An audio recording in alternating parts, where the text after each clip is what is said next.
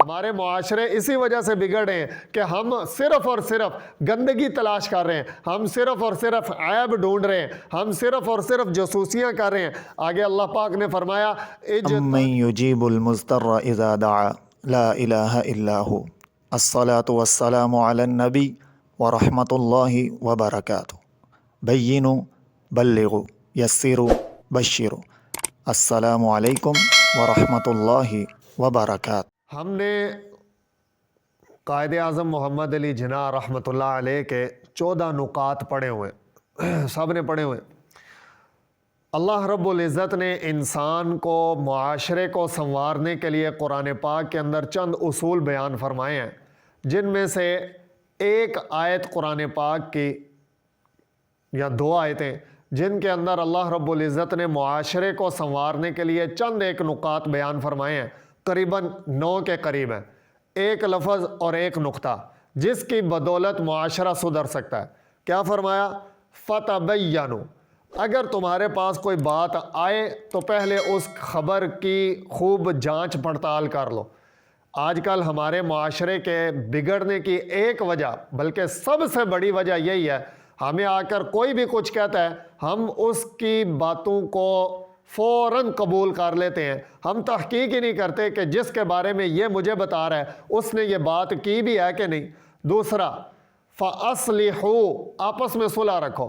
ہمارے یہاں پر ذرا سی بات پر لڑائی جھگڑے شروع ہو جاتے ہیں، ہم یہ نہیں دیکھتے کہ آپس کا بگاڑ، آپس کی ناراضگی کے بارے میں نبی صلی اللہ تعالیٰ علیہ وسلم نے کس قدر وعیدات بیان فرمائی ہیں۔ آپ صلی اللہ علیہ وسلم نے فرمایا کہ مسلمان کے لیے حلال ہی نہیں ہے کہ وہ اپنے مسلمان بھائی کے ساتھ 3 دن سے زیادہ ناراض رہے۔ آپ صلی اللہ علیہ وسلم نے فرمایا کہ مسلمان اپنے مسلمان بھائی سے جب ناراض ہوتا ہے تو وہ آپس کی ناراضگی، آپس میں ایک دوسرے کے ساتھ نہ بولنا، ناراض رہنا، یہ نیکیوں کو ایسے ختم کر دیتا ہے کہ جیسے آگ لکڑی کو ختم کر دیتی ہے۔ آپ صلی اللہ علیہ وسلم نے فرمایا کہ آپس کی ناراضگی نیکیوں کو ایسے ختم کر دیتی ہے جیسے اس طرح بالوں کو صاف کر دیتا ہے۔ اس لیے فرمایا فَأَصْلِحُوا، آپس میں صلح رکھو۔ اور تیسرے نمبر پر فرمایا وَأَقْسِطُوا، انصاف قائم کرو۔ آج ہم اپنے بازاروں میں دیکھ لیں کہاں انصاف ہے، آج ہم اپنی عدالتوں میں دیکھ لیں کہاں انصاف ہے، آج ہم اپنے جاگیرداروں میں، بڑے وڈیروں میں دیکھ لیں کہاں انصاف قائم ہے۔ بڑا بھی نا انصافی کر رہا ہے، چھوٹا بھی نا انصافی کر رہا ہے۔ آگے فرمایا لا یسخر، یہ بڑی توجہ والی بات ہے، فرمایا کہ ایک دوسرے کا مذاق نہ اڑاؤ۔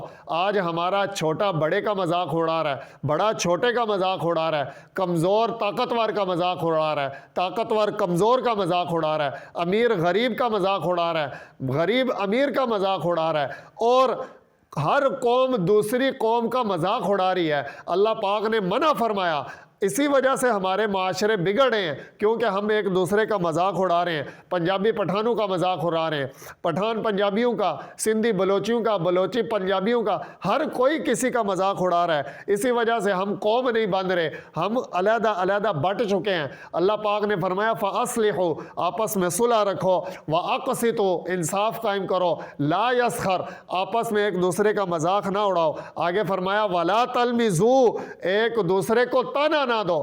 آج ہر کوئی ایک دوسرے کو طعنہ دے رہا ہے، امیر غریب کو، غریب امیر کو، طاقتور غریب کو، غریب کمزور کو، ہر کوئی ایک دوسرے کو طعنے دے رہا ہے۔ اور ہماری محافل کے اندر اس وقت تک رونق ہی نہیں آتی جب تک ہم ایک دوسرے کو طعن و تشنیع نہ کر دیں۔ فرمایا لا تلمزوا، ایک دوسرے کو طعنہ نہ دو۔ آگے فرمایا ولا تنابزوا بالالقاب، ایک دوسرے کو برے ناموں سے مت پکارو۔ آج شاید ہی کوئی بندہ ہوگا جس کا صحیح نام ہو، حتیٰ کہ یہاں تک کہ اسٹوڈنٹس نے ٹیچروں کے الگ الگ سے نام رکھے ہوئے ہیں، ان کے ٹیچروں کے نک نیم رکھے ہوئے ہیں، ان ٹیچروں کے تعارفی نام آپس میں ایک دوسرے کے ساتھ رکھے گئے ہیں کہ فلاں آ گیا، فلاں آ گیا۔ او خدا را، قرآن پاک سیکھو، سمجھو، اللہ حکم فرما رہے ہیں وَلَا تَنَابَزُوا بِالْأَلْقَابِ، آپس میں ایک دوسرے کو برے ناموں سے مت پکارو۔ ہمارے یہاں پر ہر محلے، ہر گلی میں ہر بندہ، ہر بچے کا نام بگاڑ کے رکھ دیا، اسی لیے تو ہمارے معاشرے نہیں سدھرے۔ آگے فرمایا لا یغتب، تغتب، ایک دوسرے کی غیبت نہ کرو۔ آج ہماری کون سی محفل ہے، آج ہماری کون سی مجلس ہے جس کے اندر ہم ایک دوسرے کی غیبت نہیں کر رہے، ہم ایک دوسرے کی عزتوں کو پامال کر رہے ہیں، ہم ایک دوسرے کی غیبتیں بیان کر رہے ہیں۔ آج ہم ہمارے نامہ اعمال کی ساری نیکیاں دوسروں کو بلا وجہ دے رہے ہیں کیونکہ ہم غیبت کر رہے ہیں۔ اور غیبت کرنے والے کے بارے میں اللہ پاک نے فرمایا، کیا تم اپنے بھائی کا، اپنے مردہ بھائی کا گوشت کھانا پسند کرتے ہو؟ اگر یہ بات تمہیں پسند ہے تو فرمایا کہ غیبت کرنا ایسا ہی ہے کہ جیسے تم اپنے مردہ بھائی کا گوشت کھا رہے ہو۔ اس لیے فرمایا لا یغتب، غیبت نہ کرو۔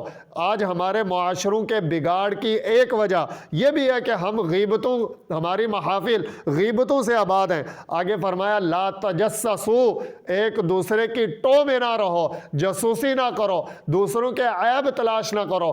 آج ہم سارے کے سارے صرف اور صرف یہی ڈھونڈتے رہتے ہیں، یہی تلاش کرتے رہتے ہیں کہ فلاں کا عیب مل جائے۔ ابھی چند دن پہلے ہی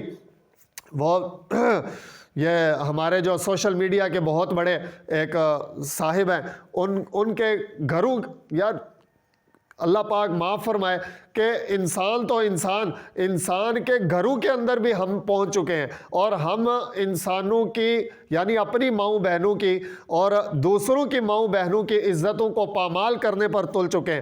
ہم دوسروں کے عیب ان کے گھروں میں جا کر تلاش کرتے ہیں۔ اللہ پاک نے فرمایا لا تجسسوا، دوسروں کی ٹو میں نہ رہو، دوسروں کی عیب جوئی نہ کرو، دوسروں کے عیبوں کو ڈھونڈو نہیں، تلاش نہیں کرو۔ لا تجسسوا، ہمارے معاشرے اسی وجہ سے بگڑ رہے ہیں کہ ہم صرف اور صرف گندگی تلاش کر رہے ہیں، ہم صرف اور صرف عیب ڈھونڈ رہے ہیں، ہم صرف اور صرف جاسوسیاں کر رہے ہیں۔ آگے اللہ پاک نے فرمایا اجتنبوا کثیرا من الظن، آپس میں جو بری بدگمانیاں ہیں ان کو نہ تلاش کرو، بری بدگمانیوں کو نہ ڈھونڈو، ایک دوسرے کے ساتھ بدگمانیاں ایک دوسرے کی نہ تلاش کرو۔